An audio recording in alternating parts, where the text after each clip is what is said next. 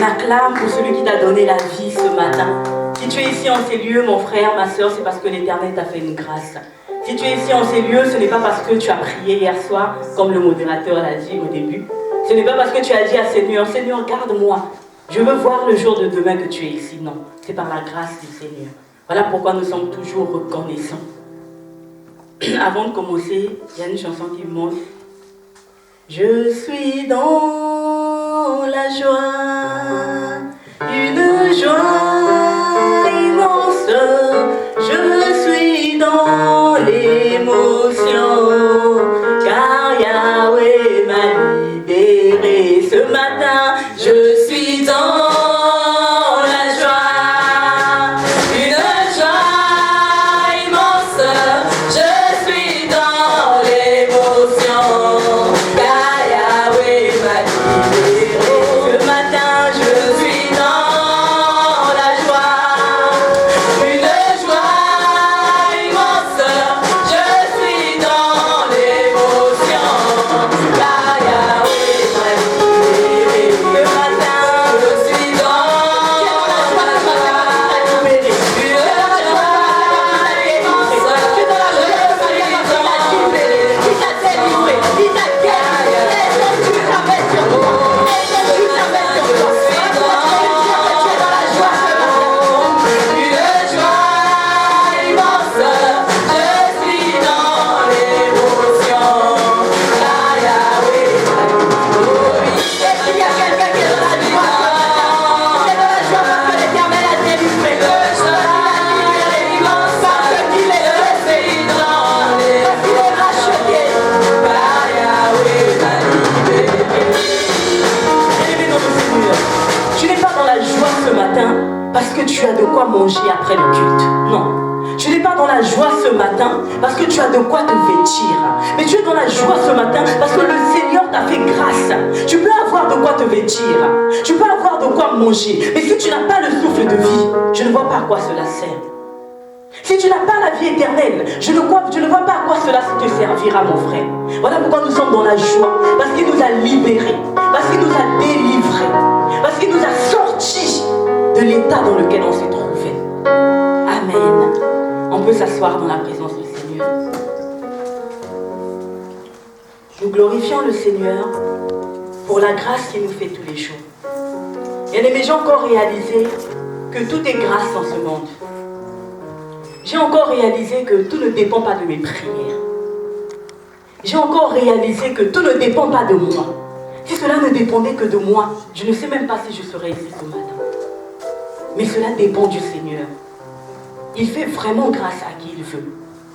Mon frère, ma soeur, tu es ici en ces lieux, dis merci au Seigneur. Tu vis encore, dis merci au Seigneur. Il y en a qui sont malades. Il y en a qui sont morts. Il y en a qui avaient voulu être là, mais ils n'en ont pas. Il y en a qui veulent même étudier dans les conditions dans lesquelles tu étudies, mais ils n'en ont pas.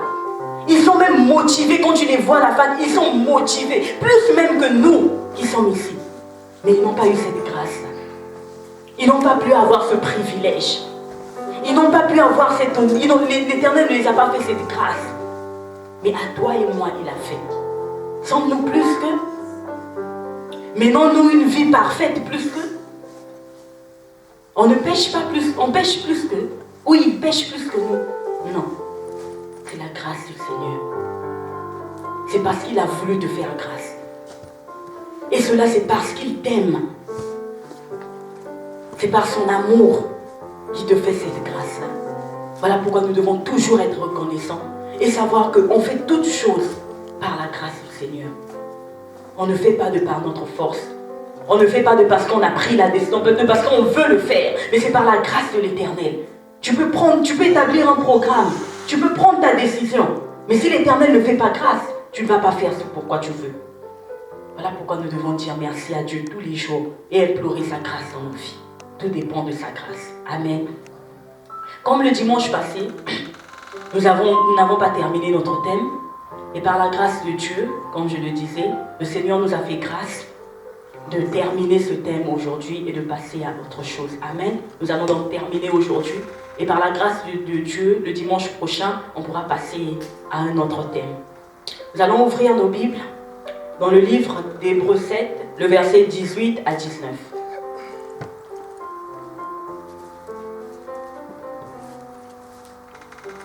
Hébreux 7, le verset 18 à 19, on peut se lever pour ceux qui peuvent, pour le respect de la parole de Dieu. La parole de Dieu nous dit, il y a ainsi abolition d'une ordonnance antérieure à cause de son impuissance et de son inutilité.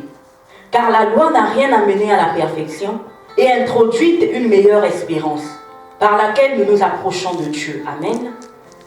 On peut s'asseoir. Bien-aimé dans le Seigneur, quand on te dit, lis la parole de Dieu, il faut lire. Quand on te dit, on te donne un verset, on te demande de lire la parole de Dieu, il faut lire. Parce qu'après, nous sommes les premiers à dire que ce qui n'est pas, c'est faux. Amen. Nous sommes les premiers à dire non, ça là c'est pas vrai. Ça en tout cas je ne prends pas. Ça je refuse. Ça j'adhère, ça je n'adhère pas. Mais la parole de Dieu, c'est pas moi qui l'ai écrite. Ce ne sont pas les hommes de Dieu qui ont écrit ces mots. C'est inspiré par le Saint-Esprit que les apôtres ont écrit. C'est inspiré par le Saint-Esprit, mon frère, ma soeur. Ce n'est pas parce que je me suis réveillée le matin et j'ai décidé de dire Dieu a dit et j'ai écrit. Ou que l'apôtre Paul a écrit, ou que les apôtres ont écrit, ou que l'apôtre Pierre a écrit. Inspiré par le Saint-Esprit. Voilà pourquoi quand on te dit ouvre ta Bible et lis. Et il y a un autre problème avec nous les chrétiens. On peut lire la Bible, on peut ouvrir, mais on ne croit pas. On ne met pas notre confiance en ce qui est écrit. On ne croit pas en ce qui est écrit. On croit plutôt à un grand homme de Dieu qui avait dit. On croit plutôt à une personne élevée qui avait dit. Mais la personne élevée peut être dans l'erreur. Moi aujourd'hui je peux venir parler, mais je peux être dans l'erreur. Mon frère, je peux être dans l'erreur. Si je ne dis pas ce qui est écrit, je suis dans l'erreur. Si j'interprète mal ce qui est écrit, je suis dans l'erreur. Mais pourquoi mettre la confiance en ce que moi je dis et ne pas mettre en ce que la parole de Dieu dit? La Bible nous dit que la seule vérité dans le monde, c'est la parole de Dieu. Ma parole n'est pas la vérité. La prédication d'un grand homme de Dieu, d'une grande femme de Dieu n'est pas la vérité. C'est la parole de Dieu. Si elle ne s'appuie pas sur la parole de Dieu, mon frère, elle n'est pas la vérité. Mais si elle s'appuie, elle s'attache sur la parole de Dieu, oui. Voilà pourquoi notre repère, c'est la parole de Dieu. Quand on te dit, lis la parole de Dieu, ouvre ta Bible. Tu ouvres ta Bible, tu regardes ce que la parole de Dieu te dit. Et tu mets ta confiance. Parce qu'on a tendance à trop écouter. Et quand on écoute trop, on ne sait pas quoi garder. Mais c'est la parole de Dieu qu'on doit garder. Amen. Comme j'ai dit au début, qu'on va continuer, on va terminer, on va chuter, on va terminer notre thème du dimanche passé. Mais j'ai un sous-thème aujourd'hui. Mon sous-thème, c'est l'incapacité de la loi de Moïse. On est toujours dans notre thème. Christ est notre substitut. Christ est notre remplaçant. Et nous avons un sous-thème ce matin qui est l'incapacité de la loi de Moïse. Nous allons aujourd'hui beaucoup parler, beaucoup lire surtout la parole de Dieu. Amen. Pour certains, ils ont déjà écouté. Amen. Pour certains, ils ont la connaissance de ces versets. Que Dieu vous bénisse. Donc je disais, notre sous-thème, c'est l'incapacité de la loi de Moïse. Nous ne pouvons pas parler de l'incapacité sans pour autant définir ce que c'est que l'incapacité. L'incapacité, c'est le manque de capacité. Quand quelqu'un est incapable, c'est parce que la personne n'est pas capable. Le manque de capacité. Mais alors là, c'est quoi la capacité? La capacité, c'est une puissance que quelqu'un a pour faire quelque chose. Amen. C'est ça la capacité. Donc on dit l'incapacité, le manque de puissance de la loi de Moïse. L'incapacité, le manque de puissance qu'il a, que la loi a pour faire quelque chose. Amen. Nous avons dit le dimanche passé, excusez-moi, dans notre thème Christ, notre substitut, notre remplaçant, nous avons dit que Dieu aimait toujours ses lois, que Dieu n'avait pas changé, qu'il était le même hier, aujourd'hui et éternellement. Qu'il voulait toujours, il attendait toujours de nous la perfection. La Bible nous dit que notre Dieu est saint. Amen. Et pour que nous aussi on s'approche de lui, il faut que nous aussi nous soyons saints. Pour que nous aussi on se conforme à lui. Parce qu'il nous a créés à l'image et à sa ressemblance. Nous sommes comme lui. Donc nous devons être saints comme lui. Amen. Il nous a créés pour la perfection. C'est ce que nous avons dit la dernière fois. Je fais un rappel vite fait. Il nous a créés pour la perfection, pour qu'on soit parfait et non le contraire. Donc il attend de nous la perfection. Il veut qu'on soit parfait. C'est pour ça qu'il nous a créés. Amen. Mais il y a un problème, il se rend compte que l'homme a des faiblesses. Il se rend compte que l'homme a des incapacités. Il se rend compte que quelque part l'homme n'arrive pas. Qu'est-ce qu'il fait à ce moment-là? Il nous envoie un remplaçant. Il nous envoie une personne qui va prendre notre place. Il envoie le Christ qui va venir mourir à la croix pour nous. Il envoie le Christ qui va venir payer le prix pour nous, comme on a l'habitude de dire. Il a payé ma dette, il a payé, il a tout fait. Mais quand il arrive, il fait, Jésus-Christ ne ment pas, comme on a dit la dernière fois, je ne vais pas revenir sur les mêmes choses. Il ne ment pas, il vit une vie parfaitement, comme Dieu veut, comme Dieu attend. Comme Dieu attend réellement que l'homme vive comme ça. Christ, Dieu, qu'est-ce qu'il fait? Il nous prend, il nous met en Christ. Il te prend, il te met en Christ. Il me prend, il me met en Christ. Amen. En Christ, ça veut dire que nous avons tout fait. En Christ, ça veut dire que lui, il a fait pour nous, mais nous, on bénéficie de la grâce. Ça veut dire que nous aussi, on a fait. Amen. Ça veut dire que nous aussi, on est parfait. Ça veut dire que nous aussi, on peut maintenant s'approcher de Dieu sans pour autant se dire qu'on est imparfait. On peut maintenant s'approcher de Dieu sans avoir de remords. On peut s'approcher de Dieu sans que notre conscience nous dise « Attention mon frère, attention ma soeur ». On peut maintenant nous s'approcher de Dieu sans pour autant paniquer. Amen. C'est ce qu'on avait dit la dernière fois. Que Christ était notre substitut, Christ était notre remplaçant. Il nous a mis en Christ, on est à l'intérieur, on est caché, nos vies sont cachées dans les lieux célestes avec Christ. Maintenant, qu'est-ce qui se passe? Certains me diront, mais comment ça se fait que Dieu aime ses lois? Comment ça se fait que Dieu considère toujours ses lois? Et aujourd'hui, moi, je vous emmène un sous-thème, l'incapacité de la loi de Moïse.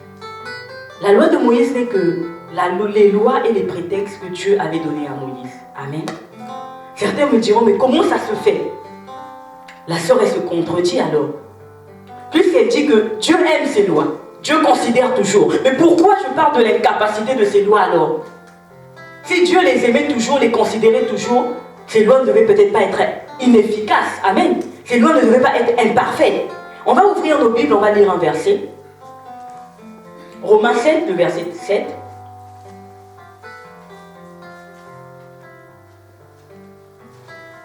Romains 7, le verset 7 nous dit: que dirons-nous donc? La loi est-elle péché? Loin de là. Mais je n'ai connu le péché que par la loi. On s'arrête par là. On va lire jusqu'au verset 11, je pense.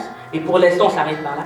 Donc je disais, certains me diront, mais comment ça se fait que cette loi-là, que Dieu aime, que Dieu considère, et aujourd'hui on nous parle de l'inefficacité de cette loi? Il y a un problème alors? Non. En réalité, au départ, quand Dieu l'a donné, Dieu a donné pour un but. Nous savons que Dieu fait toutes choses pour un but. Dieu a donné cette loi pour un but. Amen. Le but était pour mener le peuple à la perfection. Le but de la loi était pour emmener le peuple, pour Dieu, emmener le peuple à la perfection. Mais qu'est-ce qui se passe? On a dit que l'incapacité, c'était le manque de capacité, donc le manque de puissance à faire quelque chose. Mais arrivé ici, qu'est-ce que la loi fait? Elle ne fait plus son rôle. Qu'est-ce que la loi fait? Elle ne joue plus son rôle. Qu'est-ce que la loi fait? Elle n'emmène plus le peuple à la perfection. Elle ne conduit plus le peuple de Dieu qu'ils étaient à la perfection, mais au contraire, elle ouvre une porte au péché. On lit ici dans la parole de Dieu, que dirons-nous donc? La loi est-elle péché? Loin de là. La loi que Dieu donne ne peut pas être péché. Mais qu'est-ce que la loi, elle fait? Elle dit, mais je n'ai connu le péché que par la loi. C'est par le moyen de la loi que moi j'ai connu le péché. La parole de Dieu dit, car si je n'aurais pas connu la convoitise, car je n'aurais pas connu la convoitise, si la loi me dit, tu ne convoiteras pas. Amen. Donc il y a un problème ici, qu'est-ce qui se passe? La loi est venue faire multiplier le péché. La loi est venue faire connaître le péché. Le péché, la loi n'est pas venue avec le péché. Amen. On doit se faire comprendre. Ce n'est pas la loi qui a emmené le péché. Non. Le péché était déjà dans le monde. Quand Adam et Ève avaient chuté, Ève était séduite par le serpent. Dans le livre de Genèse 3, le péché est entré dans le monde de par leur désobéissance. Amen. Donc le péché y était déjà. Mais le péché était là, mais le péché n'était pas multiplié. Le péché n'avait pas abondé. Le péché ne s'était pas développé. Le péché y était, mais les gens n'avaient pas la connaissance du péché comme quand la loi est venue. Amen. Donc qu'est-ce que la loi est venue faire? Elle est venue faire connaître le péché. Le péché qui était déjà? Il y avait déjà le péché. Il y avait déjà le péché dans le monde. L'homme avait déjà péché. Il y avait déjà un plan aussi du salut. Mais la loi, quand elle arrive, qu'est-ce qu'elle fait? Elle multiplie le péché. Elle fait connaître le péché. La parole dit carrément, et le péché, saisissant l'occasion, produisit en moi par le commandement toutes sortes de convoitises, car sans la loi, le péché est mort. Amen. Mais le péché était déjà dans le monde. Le péché était déjà là, le péché était déjà là. Ce n'est pas la loi qui est venue avec le péché. Mais qu'est-ce qu'elle a fait? Elle a donné vie au péché. La loi, quand elle arrive, qu'est-ce qu'elle fait? Elle donne la force au péché. Qu'est-ce qu'elle fait? Elle donne le pouvoir au péché. Il y a quelque chose qui fait à ce que la loi donne le pouvoir au péché. On va développer plus tard. Amen. Qu'est-ce qu'elle a? Quand elle arrive, elle fait quoi? Elle donne la force au péché. Elle donne le pouvoir au péché. Qu'est-ce que le péché fait? Le péché vit. Le péché qui était mort autrefois, le péché vit. Le péché qui n'avait pas de force autrefois, le péché a maintenant la force. Le péché abonde maintenant. Le péché se multiplie maintenant. Le péché se développe maintenant. Les gens vivent maintenant dans la vie du péché. Les gens vivent maintenant ce péché-là. Qui a fait connaître à ce péché? La loi. Alors, est-ce qu'elle a joué son rôle? Non. Est-ce qu'elle a fait ce pourquoi on l'a envoyé? Non. Parce que Dieu n'a pas envoyé pour venir multiplier le péché. Dieu n'a pas envoyé pour venir faire abonder le péché. Au contraire, il a envoyé pour le perfectionnement des hommes. Mais au moment où il ne joue plus son rôle, il est incapable. Au moment où il ne joue plus son rôle, il est inutile. Au moment où il ne joue plus son rôle, il ne sert plus à rien. Nous avons été enseignés ici. Le serviteur inutile, celui qui ne joue pas son rôle, celui qui ne fait pas ce pourquoi on l'a envoyé. Voilà pourquoi nous parlons de l'incapacité.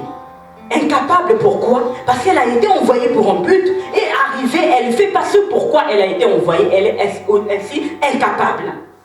Mais qu'est-ce qui fait à ce que cette loi-là soit incapable?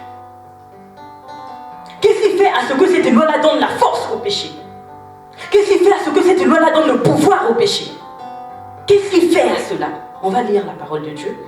Nous ouvrons nos Bibles dans le livre de Romains 8. Pour l'instant, on prend à partir du verset 3. On va revenir en haut après. Romains 8, le verset 3. Car chose impossible à la loi, parce que la chair la rendait sans force. Dieu a condamné le péché dans la chair en envoyant à cause du péché son propre Fils dans une chair semblable à celle du péché. Amen. On vient de lire ici que la loi était sans force. On vient de lire ici que la loi que Dieu a envoyée se trouvait impossible d'emmener le peuple à la perfection parce qu'elle était sans force. À cause de quoi? À cause de la chair. La chair n'est que les 5 sens. La vue, l'ouïe, le goût, le toucher, l'odorat. Les 5 sens.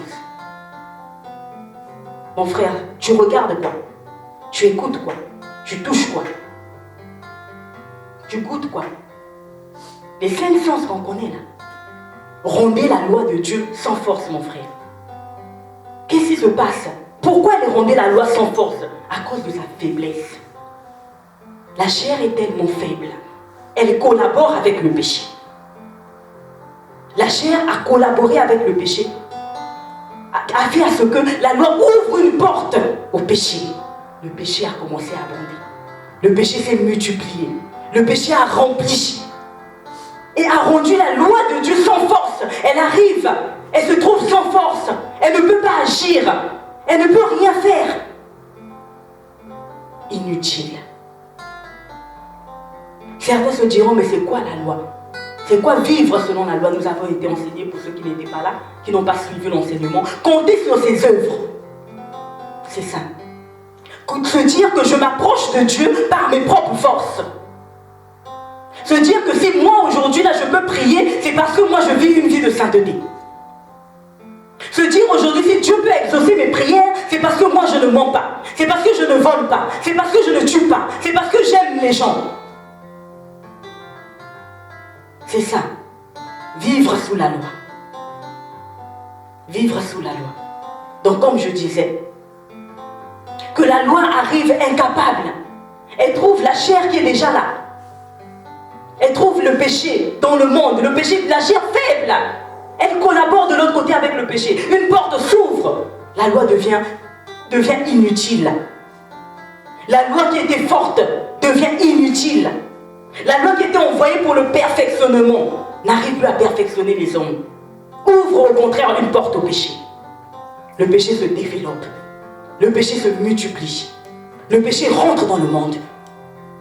Comme la parole de Dieu dit, par un seul homme, le péché est rentré. Et la mort. Et par là, la mort qui est le résultat du péché.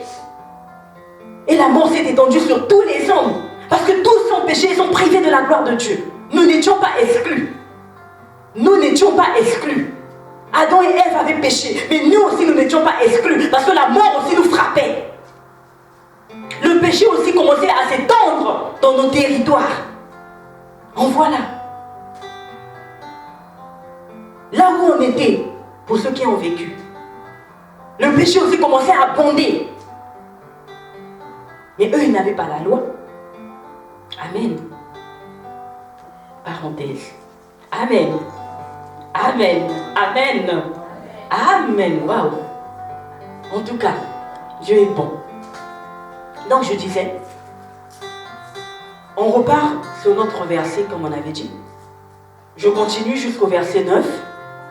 Je dis, pour moi, étant autrefois sans loi, je vivais.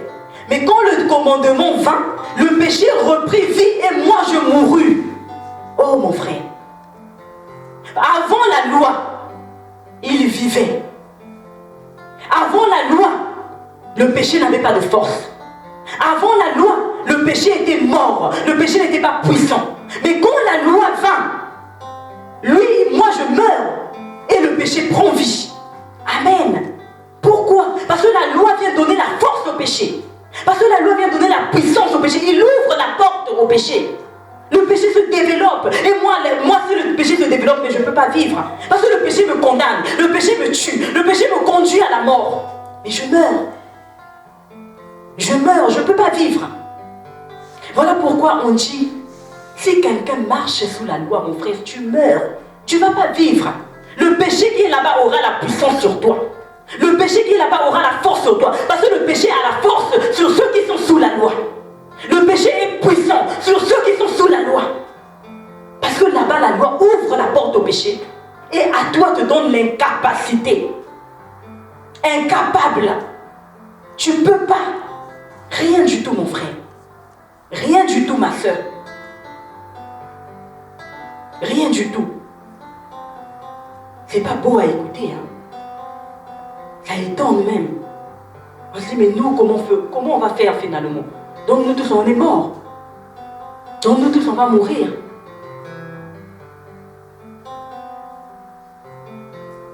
Ça rend triste pour certains qui ne connaissent pas la vérité. Parce que la parole de Dieu nous dit, vous connaîtrez la vérité et la vérité vous affranchira. La vérité vous rendra libre. Si tu es triste, c'est parce que tu ne connais pas la vérité. Si le message te rend triste, c'est parce que tu ne connais pas, tu ne sais pas. Amen.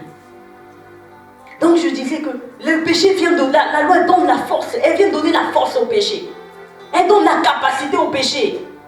La puissance au péché de se développer, de se multiplier.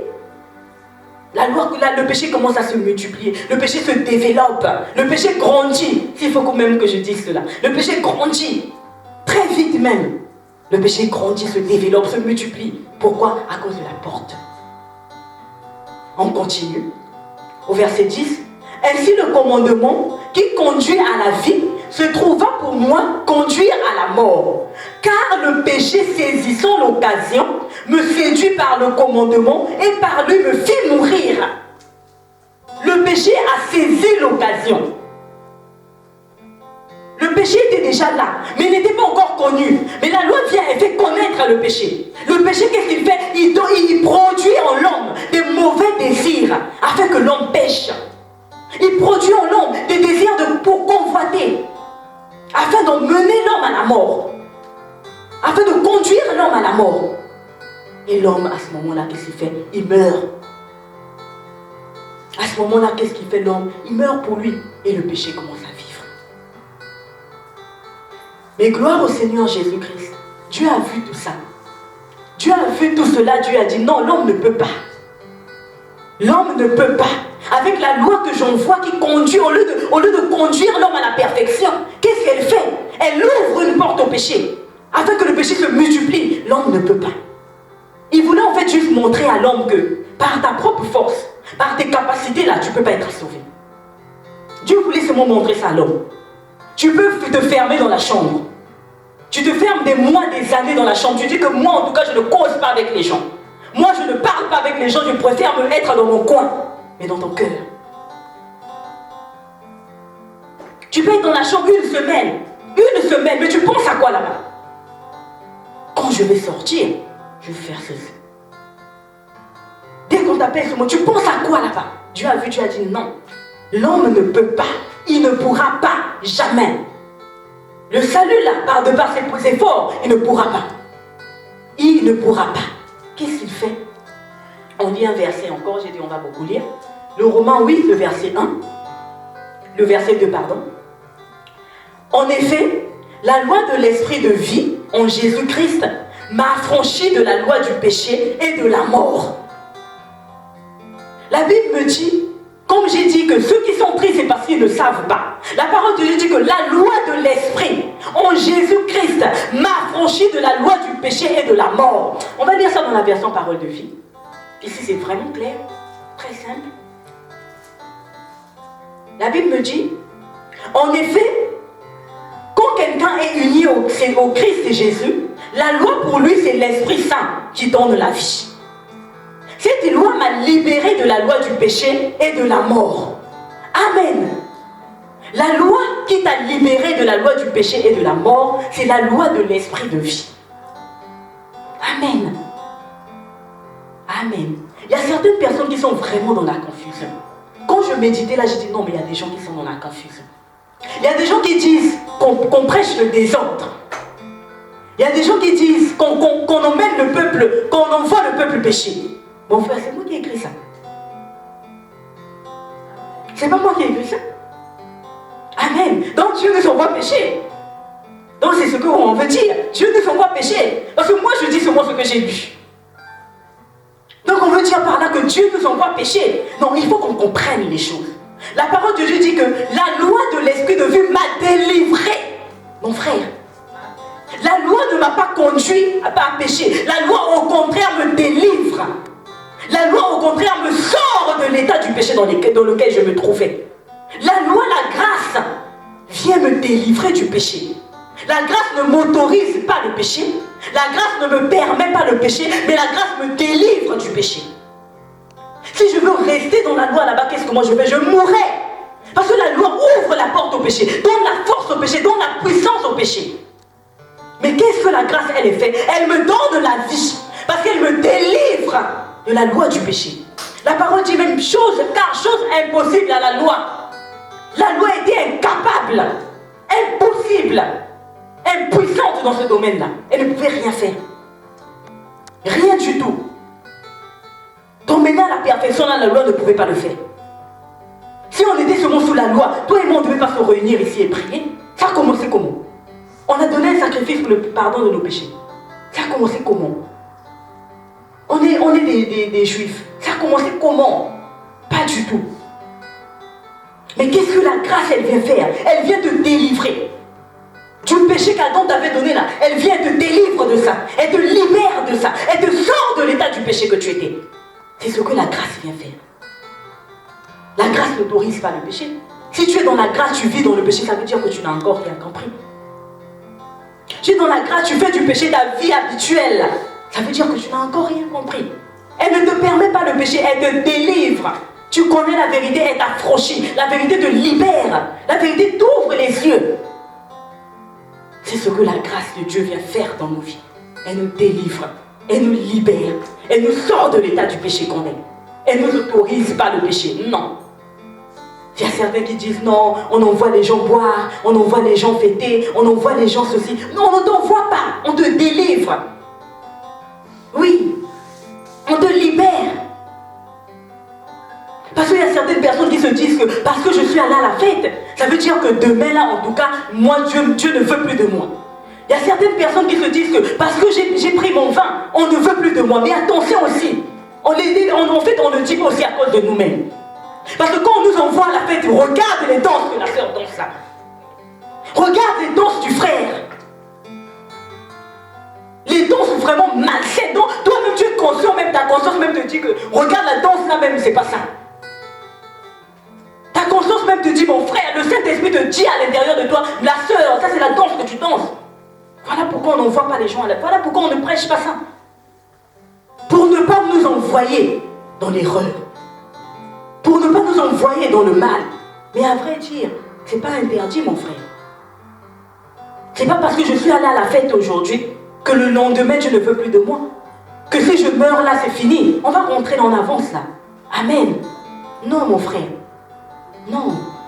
Ce sont les intentions pour lesquelles moi je suis allé là-bas. Parce que nous, arriver là-bas, dès qu'on arrive, on ne sait plus qui on est. Dès qu'on arrive, on se conforme carrément au ciel présent. J'arrive dans un endroit, je me conforme. Nous ici, nous sommes ici en Russie. Les fêtes russes là, est-ce qu'on les fête toutes? Non. Pourquoi? Qu'est-ce qu'on se dit? Moi, je ne suis pas russe. Eux, ils font leur fête là-bas. Nous, on ne se conforme pas. Je dis, moi, je ne suis pas russe. On me donne même les habits, des fois, je ne veux pas porter. Mais les Russes, ils portent, ils aiment. Parce qu'ils sont russes. Mais nous aussi, quand on arrive dans des milieux, on n'est pas pour nous de ce monde, mais on se conforme. Donc, tu es de ce monde en réalité. En réalité, tu es encore là. Tu es encore là. Parce que si tu dis que non, moi je suis délivré, la grâce m'a délivré, mais tu es encore dans la masturbation, la grâce m'a délivré, mais tu es encore dans la pornographie, la grâce m'a délivré, mais tu es encore dans ces choses-là. Non, elle ne t'a pas délivré. Elle ne t'a pas délivré, tu n'as pas encore compris. Parce que quand on délivre quelqu'un, on n'est plus dedans. On avait dit la dernière fois que Christ nous a mis à l'intérieur. Mais comment tu es à l'intérieur, mais on te voit? Tu es à l'intérieur, mais tu es ivre. Oh!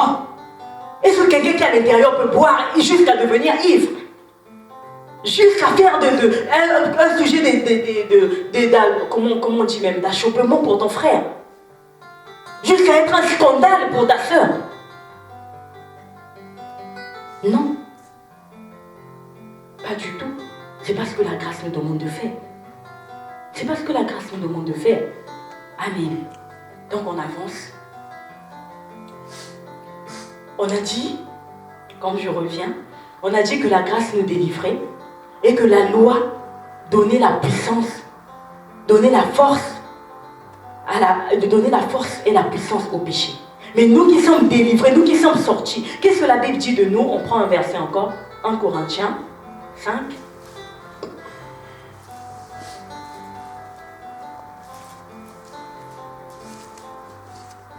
1 Corinthiens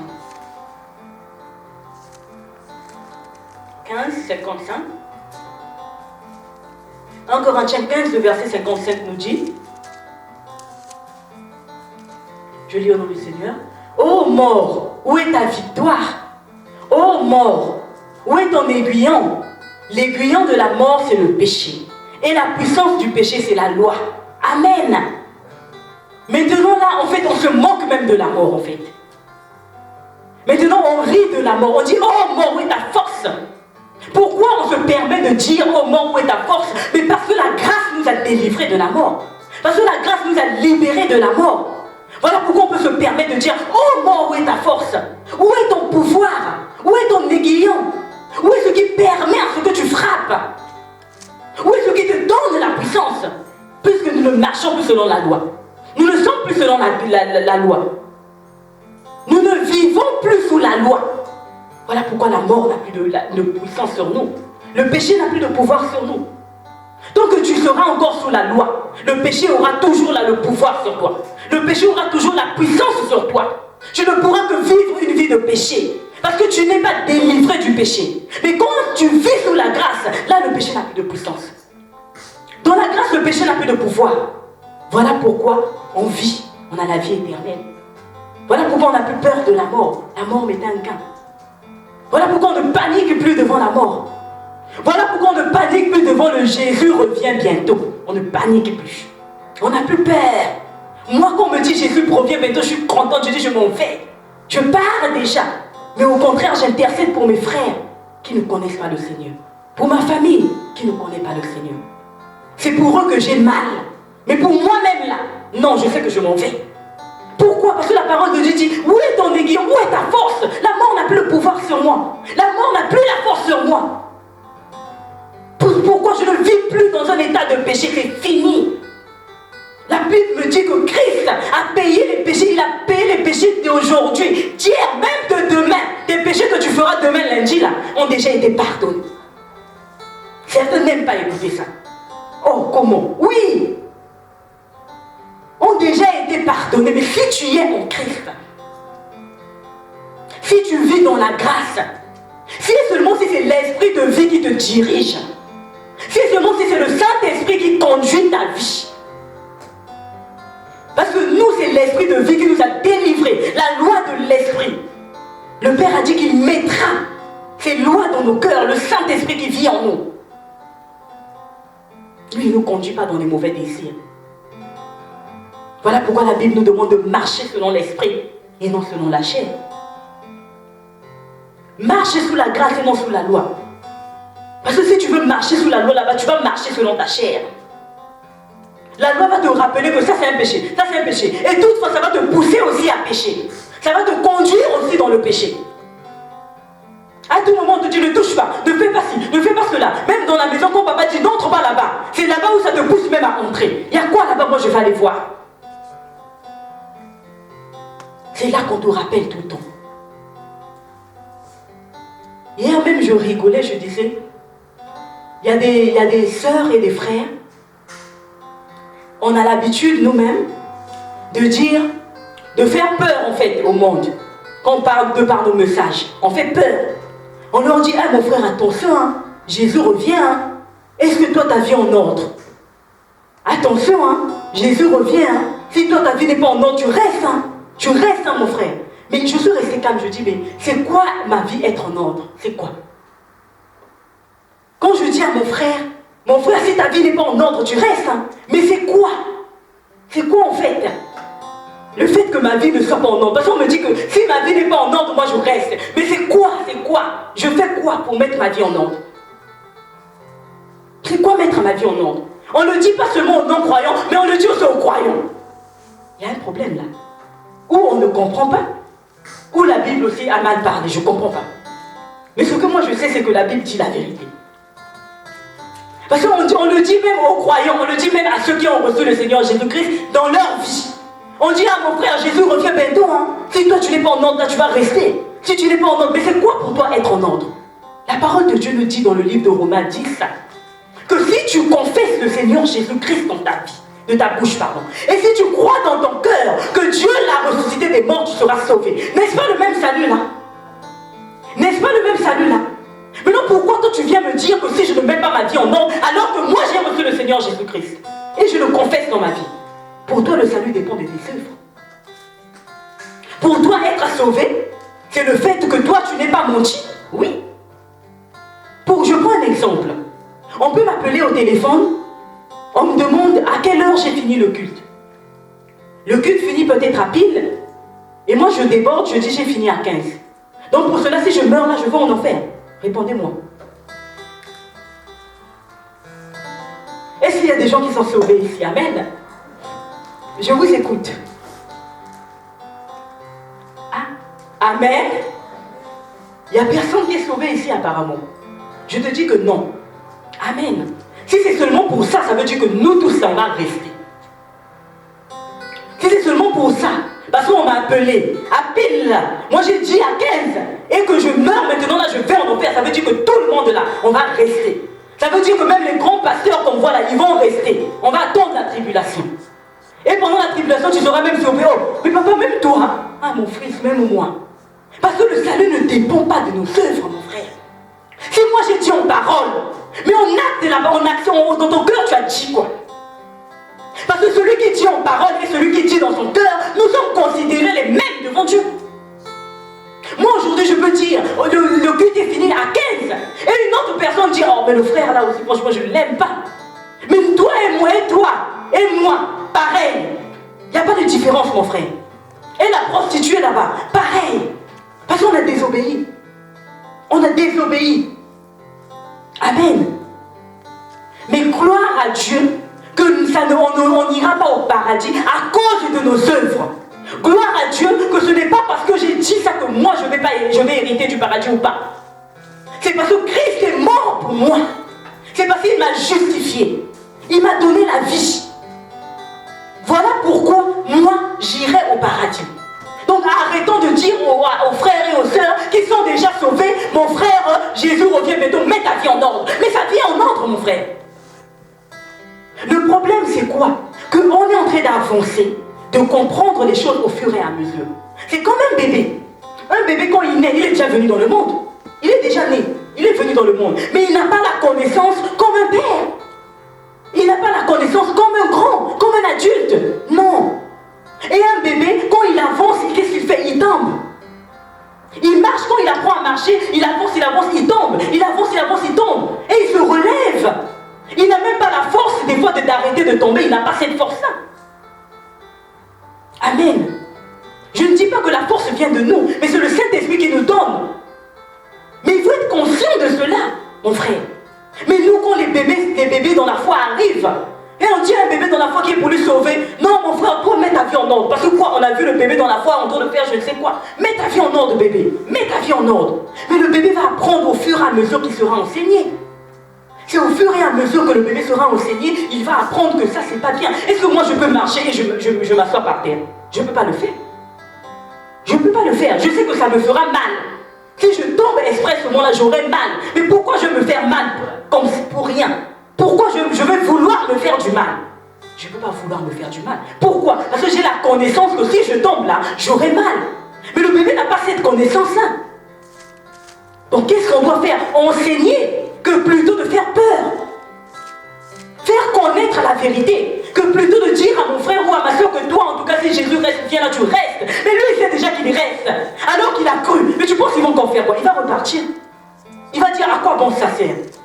Si lui et moi j'ai accepté mon Jésus-Christ, et celui qui n'a pas accepté Jésus-Christ, on va rester. Mais pourquoi je vais encore suivre Jésus-Christ? C'est que c'est difficile. Je reste pour moi. Il va dire finalement le chemin là est trop dur. Je ne pourrais pas faire, je ne pourrais pas. On fait comprendre aux gens que ce chemin là est pénible. On fait comprendre aux gens qu'on a besoin de nos forces. Mon frère, tu n'as pas besoin de ta force. Tu n'as pas besoin de ta puissance. Avec ta force, avec ta puissance là, tu ne feras rien. Tu ne feras rien. Tu vas faillir. Tu ne pourras pas. Tu vas mourir. Voilà pourquoi il y a des gens qui, vraiment je comprends tout. Il y a des gens qui prient mais ils sont malheureux. Vraiment il y a des gens qui prient mais ils sont malheureux. Donc, tu sens que quand tu les écoutes parler, tu dis merde. Mais comment lui il prie mais il est malheureux comme ça. Il est malheureux dans son cœur. Écoute les paroles qui sortent de lui. Ah, nous autres, on va mourir ici seulement. Moi, vraiment, en tout cas, moi, je vais mourir seulement. Mais oui, tu vas pourtant mourir. Tu vas pourtant mourir. Tu es déjà même mort. Calme-toi, c'est moi, attends le temps. Regardons les paroles qui sortent de nos bouches. Ça veut dire qu'on ne croit pas à notre salut. On ne croit pas à la vie éternelle qu'on a. Voilà pourquoi on ne vit pas aussi ce bonheur. Tant que tu ne crois pas, tu ne sais pas, tu ne peux pas vivre le bonheur. Tu vas vivre quel bonheur? Tu viens à l'église, tu es crispé. Tu viens à l'église, tu es fatigué. Donc pour toi, en fait, c'est un forcing, quoi. Tu viens seulement pour qu'on regarde que tu es venu. C'est un forcing pour toi. Il n'y a pas la joie. Non, ça ne va pas, mon frère. Ça ne va pas, ma soeur. Une personne rachetée, reconnaissante envers la personne qui l'a rachetée, devait même pleurer tous les jours. Devait revoir, Seigneur, en tout cas, tu as fait ça pour moi. Malgré tout ce que moi je fais, donc malgré tout ce que je fais, Seigneur, quand je reviens vers toi, je demande pardon. Tu as pardonné mes péchés futurs. Waouh! Voilà pourquoi on sera sauvé. On sera sauvé parce qu'il a pardonné nos péchés futurs. Oui, il a pardonné le futur. Parce qu'on ne connaît pas le futur là. Là, je suis en train de parler, je peux sortir, je fais un accident, je meurs. C'est pas ce que je souhaite, amen. Mais mes péchés ont été pardonnés. Donc tu es sur le lit de l'hôpital, là, je vais paniquer. Appelez, on va prier pour moi. On va faire quoi? Pour que je fasse quoi? Je pars. Si j'ai fini, j'ai fini. J'ai fini. C'est pourquoi pourquoi il m'a envoyé faire, je l'ai fait et je pars. Je suis partie. Mais tant que je n'ai pas fini aussi, le diable n'aura pas de pouvoir. Il ne peut pas me... Comme on dit, on m'a bouffé, moi il ne peut pas. Il ne peut pas. Non, il ne peut pas. Qui va lui donner cette opportunité? Quelle porte a été ouverte dans ma vie? Ma vie est cachée en Christ. Il va aller toucher ça là-bas comment? Par quel chemin il va passer? Il y a certaines personnes dont la maladie me dérange. J'ai mal par-ci, j'ai mal par-là. Ma soeur, c'est fini. Ça doit finir ces choses-là. Ça doit finir. Jusqu'à quand? Jusqu'à quand, ma soeur? Jusqu'à quand, mon frère? On t'a libéré même de la maladie. La parole de Dieu parle de meurtrissure. Nous sommes sauvés. Mais qu'est-ce qui se passe dans ta vie? Pourquoi tout le temps malade? Pourquoi tout le temps stressé? Pourquoi tout le temps tu n'as pas la joie? Tu es toujours méchant, toujours méchante. Et on dit que les personnes blessées, là, c'est elles qui blessent aussi les autres. Mais si tu arrives encore à ce niveau de blesser toujours les autres, parce qu'à l'intérieur, là, ça n'a pas encore été nettoyé. C'est vrai que ça prend du temps, mais il faut prendre conscience de cela. Il faut savoir que Christ ne m'a pas délivré afin que moi je reste là à blesser les autres. De dire que non, c'est pas ma faute, moi aussi on m'a fait du mal, moi aussi je vais faire du mal aux autres. Non. Non, moi aussi on se moque de moi, je veux me moquer des autres. Non, mon frère. Moi, même pas, moi aussi je ne veux pas aimer les autres. Non, ma soeur. Toi, on t'a délivré, tu es délivré. Mais l'autre là-bas, il n'est pas délivré. Attire-le. Montre qu'il y a la différence entre toi et lui. Appelle-le. Emmène-le. Il a besoin de toi. Amen. C'était tout pour ce matin. On va se lever.